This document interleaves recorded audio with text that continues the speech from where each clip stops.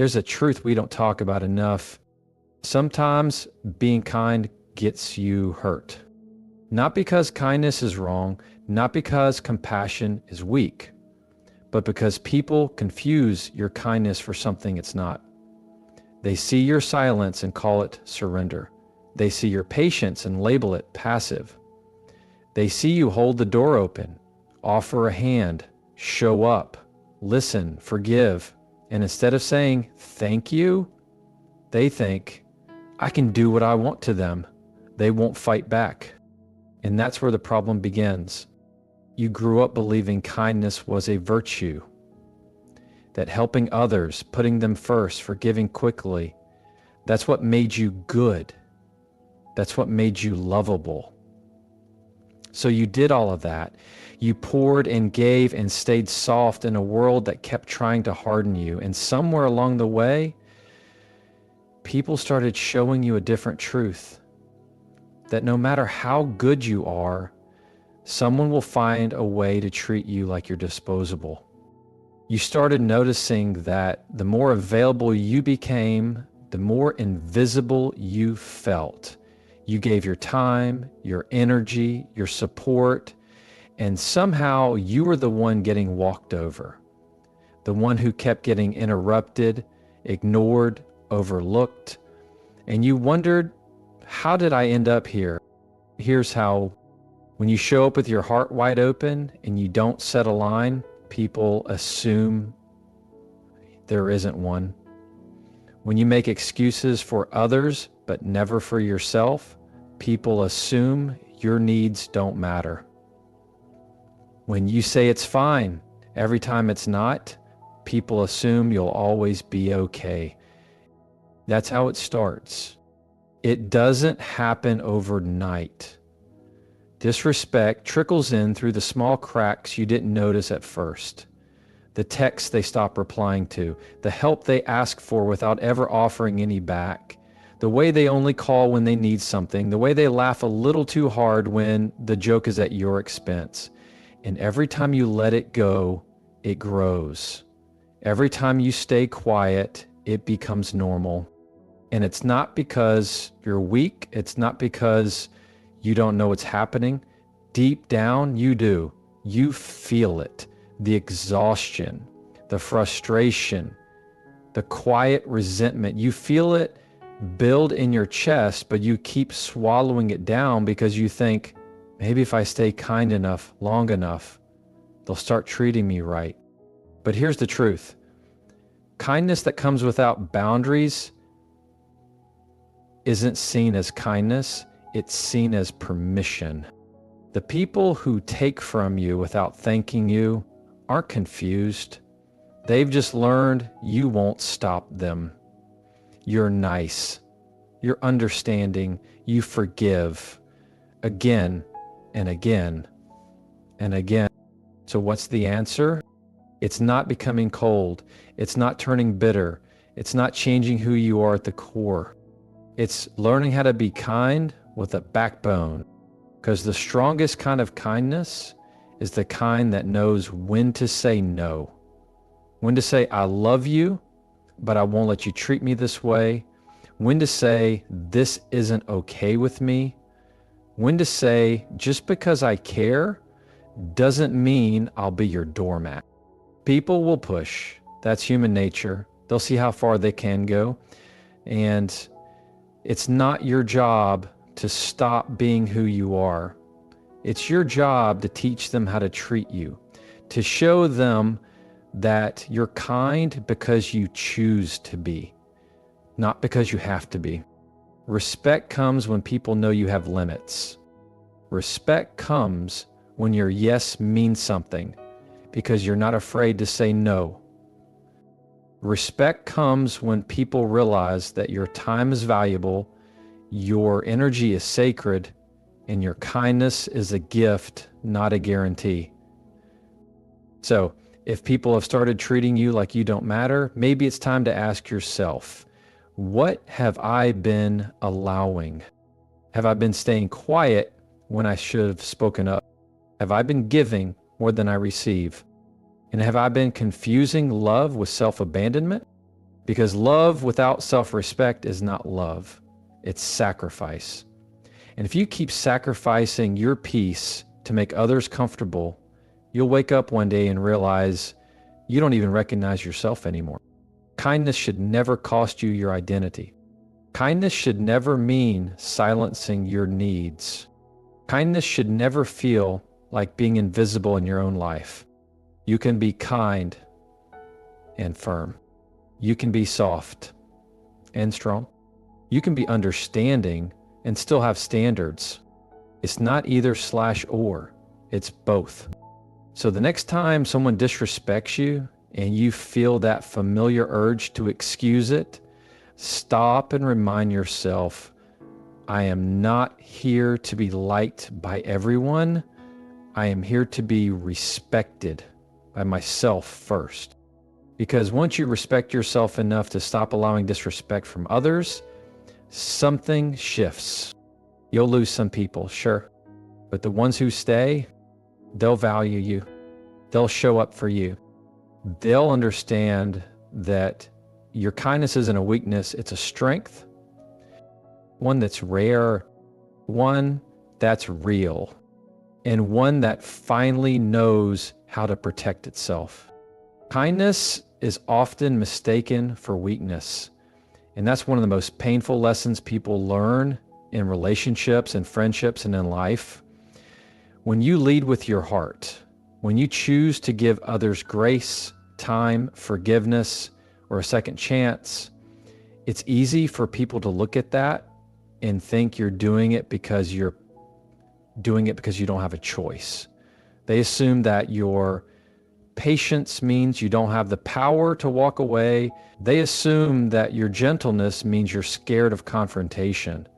They don't see your kindness as strength. They see it as an opportunity, an opening, a loophole, a place where they can bend rules, say things they shouldn't say, take what they shouldn't take, and do what they want without facing any real consequences. This misunderstanding comes from the way society often praises loudness over quiet, dominance over humility, and control over compassion. We're trained to believe that strength always looks like volume, that to be strong, you need to be sharp, cold, unbothered, and ready to push back with force. So when someone shows up with softness, when someone listens before speaking, when someone says, I understand, instead of you're wrong, people misread that. They assume if you're not defending yourself aggressively, then maybe you don't see what's happening. Maybe you don't mind. Maybe you're just too soft to fight back. But that couldn't be further from the truth. Because real kindness, true, intentional, grounded kindness requires more strength than most people realize. It takes strength to stay gentle in a harsh world. It takes courage to choose understanding over revenge. It takes real discipline to show grace to someone who doesn't deserve it. And it takes emotional maturity to keep giving love in a world that keeps trying to break it out of you. But people don't see that side of it. They see the result, not the struggle behind it. They see the soft response, not the strength it took to choose it. The problem is, when this misunderstanding happens over and over again, it starts shaping the way others treat you. They don't think twice before dismissing your opinions. They take your silence as permission. They assume you'll keep showing up no matter how many times they disappoint you. And because you're kind, you give them another chance, you make excuses for them, you tell yourself they didn't mean it, or they're just going through something, and maybe they are, but at some point the pattern becomes clear. They're not confusing your kindness with weakness by accident. They're relying on it. When someone believes your kindness means you won't defend yourself, they will keep testing how far they can push you. And if they never hear a no, if they never feel the weight of your boundaries, they'll keep mistaking your generosity for obligation. They'll keep confusing your forgiveness for permission. And slowly, Your kindness becomes the very reason they stop respecting you. Not because kindness isn't valuable, but because they never saw its strength. That's why kindness must be paired with boundaries. Not because you want to become cold, but because you want your kindness to mean something. You want it to be a conscious choice, not something people can manipulate. When you show people that your kindness comes from power, not powerlessness, it changes the way they treat you. It reminds them that you're not kind because you don't see what's going on. You're kind because you choose to rise above it. But if they keep confusing that with weakness, you also have the strength to step back, speak up, or walk away. That's what real kindness looks like. Soft on the surface, strong underneath. Overgiving breeds entitlement. And this is where many people who lead with kindness find themselves stuck. At first, it feels good to give. It feels fulfilling to be the one who shows up, the one who says yes, the one who makes sacrifices. It makes you feel like you're doing the right thing, like you're dependable, trustworthy, valuable.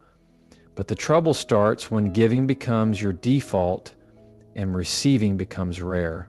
When the balance of any relationship starts to lean entirely on your willingness to pour, and the other person simply gets used to taking, what happens is subtle. You start helping out without being asked. You anticipate other people's needs before they speak them. You stretch your schedule, your budget, and your emotional energy just to keep someone else comfortable. And the more you give, the more people start expecting it. Not appreciating it, expecting it.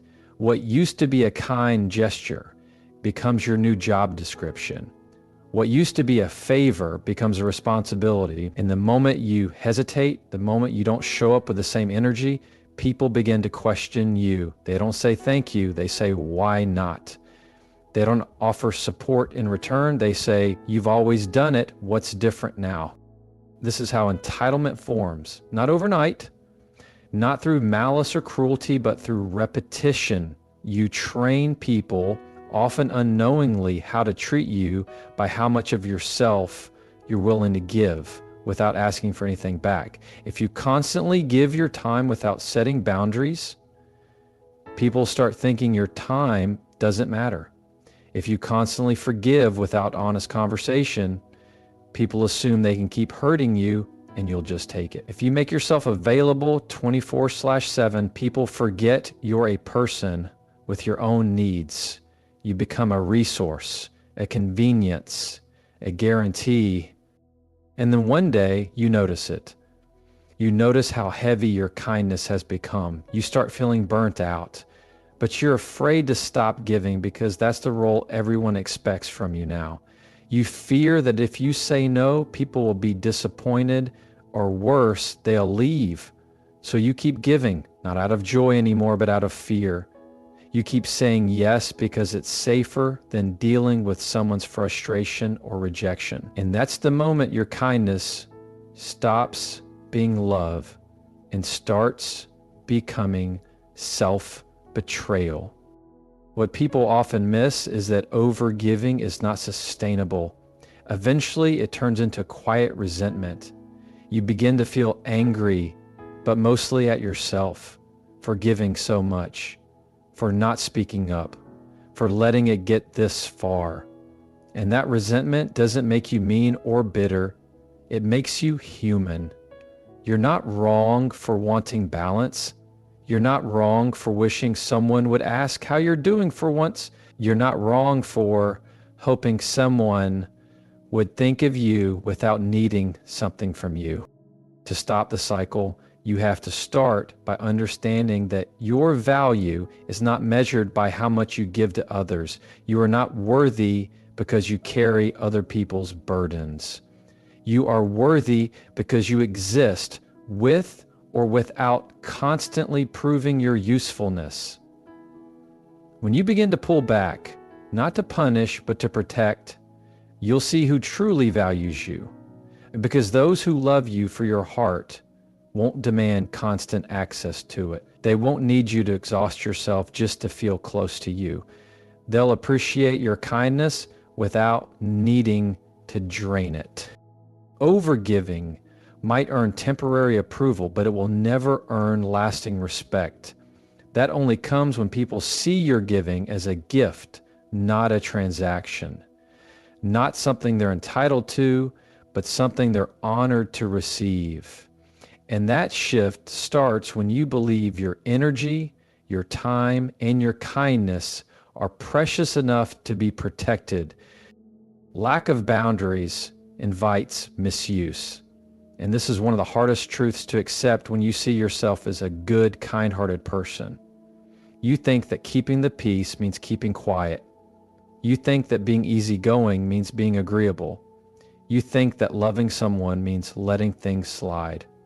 But every time you say yes when your heart says no, every time you stay silent when your spirit is heavy, you're not just avoiding conflict, you're teaching someone how to treat you. You're showing them what you'll tolerate, what you'll accept, what you'll endure. Boundaries are not walls. They're not about pushing people away. They're not about being cold or distant or unavailable. Boundaries are clarity.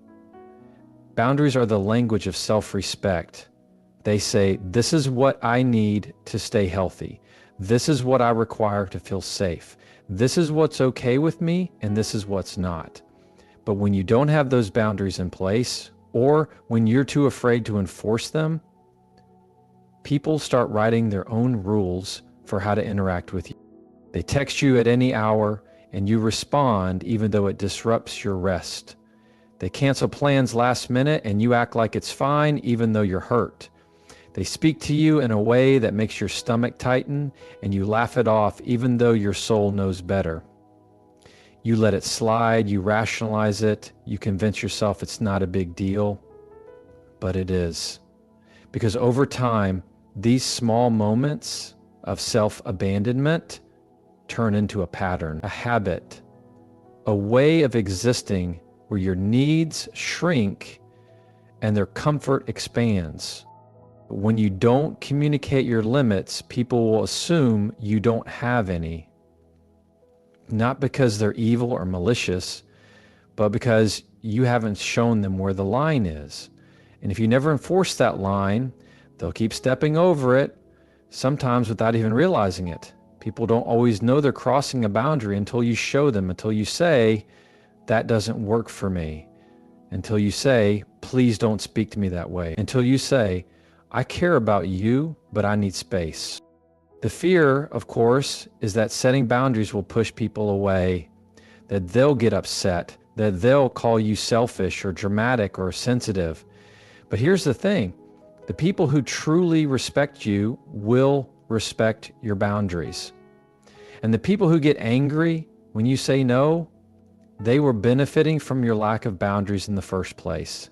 They liked you better when you didn't speak up, when you gave without pause, when you adjusted, accommodated, and avoided rocking the boat. But living like that comes with a cost. You lose your sense of peace, your confidence, your voice. You find yourself in relationships where your kindness is taken for granted because you never required anything different. And then you start wondering if maybe it's you. Maybe you're too sensitive. Maybe you're asking for too much, but you're not. You're just finally starting to listen to the part of you that's tired of being misused. Boundaries are not rejection, they're direction. They teach people how to love you in a way that doesn't hurt. And when you stop being afraid to set them, you stop inviting people to misuse your kindness. You stop feeling like you're being pulled in every direction. You stop feeling guilty for protecting your energy because now your kindness is protected. Now your heart is guarded, not with a wall, but with wisdom. And that makes all the difference. People test limits. That's just part of human nature.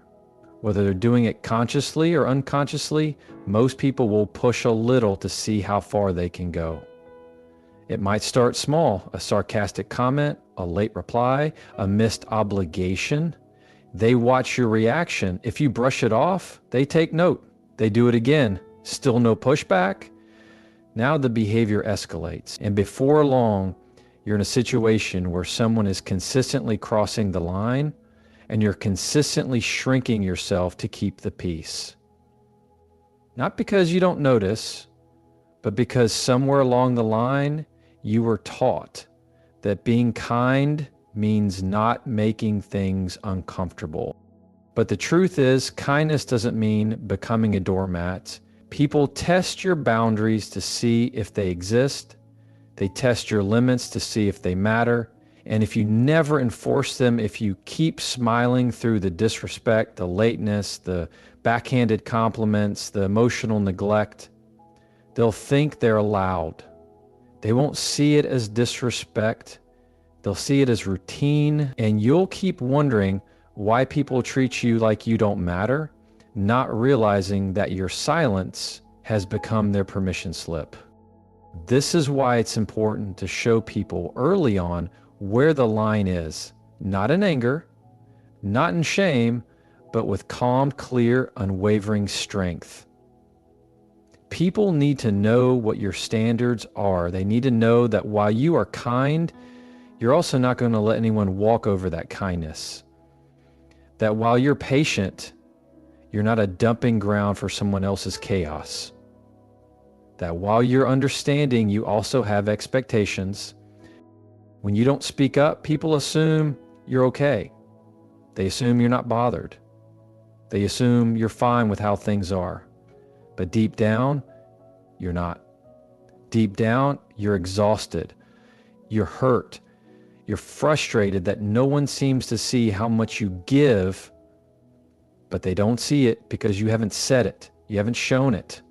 You haven't made it clear that your presence is a privilege, not a guarantee. And the more you let it slide, the more people lean into that space, thinking they're entitled to it, thinking it's just who you are, someone who doesn't mind. But people need correction. They need awareness. Not everyone is trying to take advantage of you. Some people just don't realize the weight they're putting on you until you say something, until you speak up, until you gently but firmly draw the line and say, that doesn't sit right with me. Please don't speak to me like that. I'm not okay with this dynamic. And when you do, you'll start to see people for who they really are. Some will respect the boundary. Some will leave. Some will push back even harder. And that's valuable information, because how someone reacts to your limit tells you everything you need to know about how they value your presence. If your kindness is only appreciated when it comes without conditions, that's not love, that's convenience. If they only show up when you're available on their terms, that's not connection, that's control. And you deserve more than that. So the next time someone pushes, don't just absorb it. Don't just swallow the discomfort.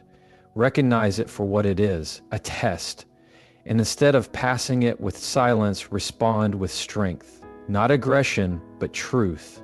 Because when people realize your kindness comes with self-respect, they start treating you differently. Not because you demanded it, but because you demonstrated it.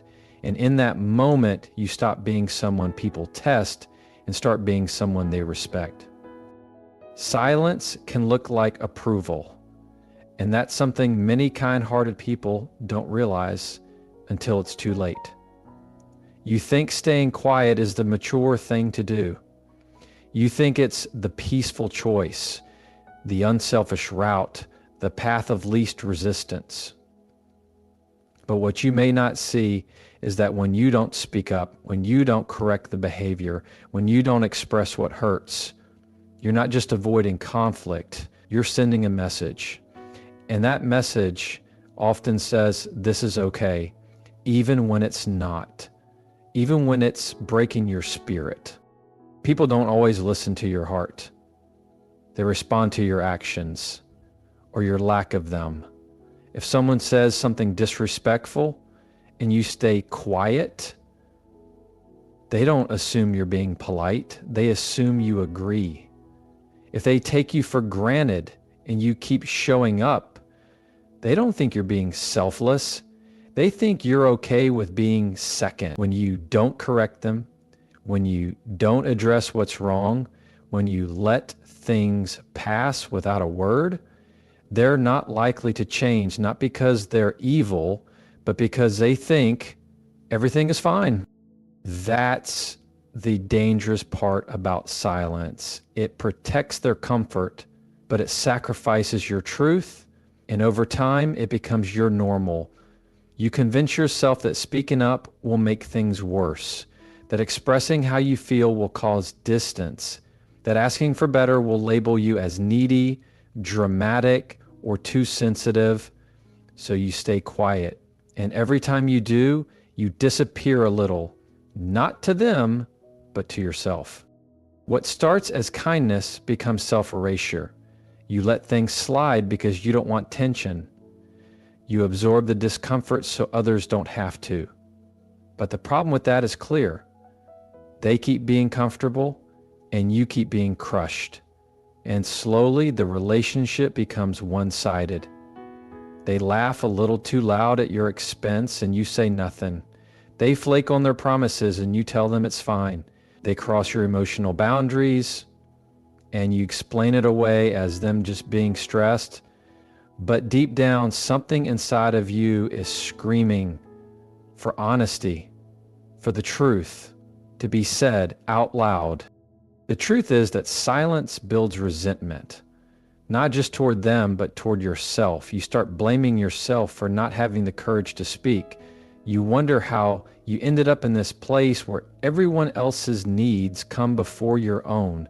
And yet you keep hoping they'll notice, that they'll feel this shift in your energy, that they'll somehow realize how deeply you're affected. But most of the time they don't, because the world is noisy, and in all that noise, silence doesn't register. People hear what you say, not what you suffer through quietly. If you want to change how people treat you, you have to speak, even if your voice shakes, even if it feels uncomfortable, even if it's not received well, because truth is not always easy, but it's necessary. It's what separates temporary peace from long-term healing. It's what transforms being nice into being real. You're not responsible for how someone reacts to your honesty, but you are responsible for expressing what's true to you. And when you do, you'll begin to notice who listens, who adjusts, who values your boundaries. Speaking up doesn't make you unkind. It makes your kindness honest. It gives your voice weight. It tells people, I still care, but I also care about me. And when that message is finally heard, everything begins to shift. Because people don't change because of your silence. They change when your truth becomes louder than your fear. Kindness must be paired with strength, because kindness on its own, without boundaries or self-respect, can quickly turn into self-neglect. You were never meant to be kind at the cost of your peace. You were never meant to love others so deeply that you forget how to love yourself. But when kindness is all you give and never something you protect, people start to believe that you exist solely to make their lives easier. They stop seeing you as a whole person with needs, limits, and a voice. They see you as support, as service, as someone who always says yes, always shows up, always understands, and never asks for anything in return. But strength changes that. Strength reminds people that your kindness is not an accident. It's a decision, a powerful, intentional choice you make every single time. You are kind not because you have to be, but because you choose to be. And you choose it from a place of self-awareness, not self-sacrifice. That's what separates true kindness from weakness. Weakness bends because it doesn't know it can stand. Kindness with strength stands tall and firm, even when it's offering a hand. You've probably been in moments where you held back your truth, not because you didn't see the problem, but because you don't want to upset anyone. You've stayed in rooms where the energy felt wrong just to keep the peace.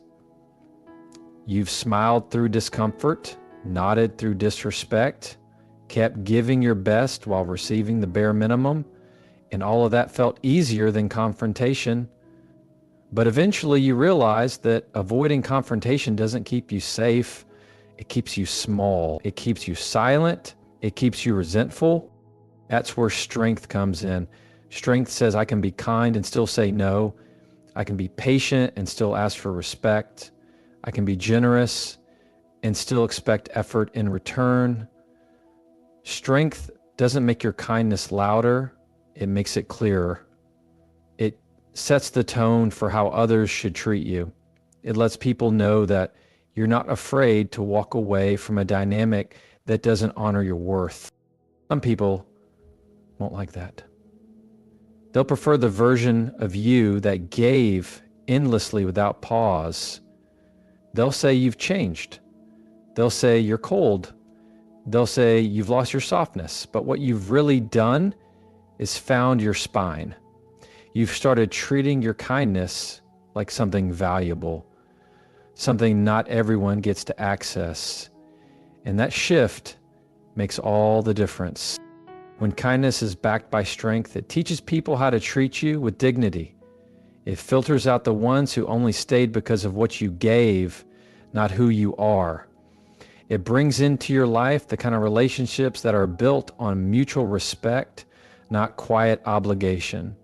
And it helps you hold on to yourself, even in the middle of giving to others. Because real kindness, life-changing kindness, is not about how much you can give without breaking. It's about how much you can love while staying whole. And that requires strength. Not the kind that dominates, not the kind that controls, but the kind that holds firm when everything inside of you is tempted to shrink.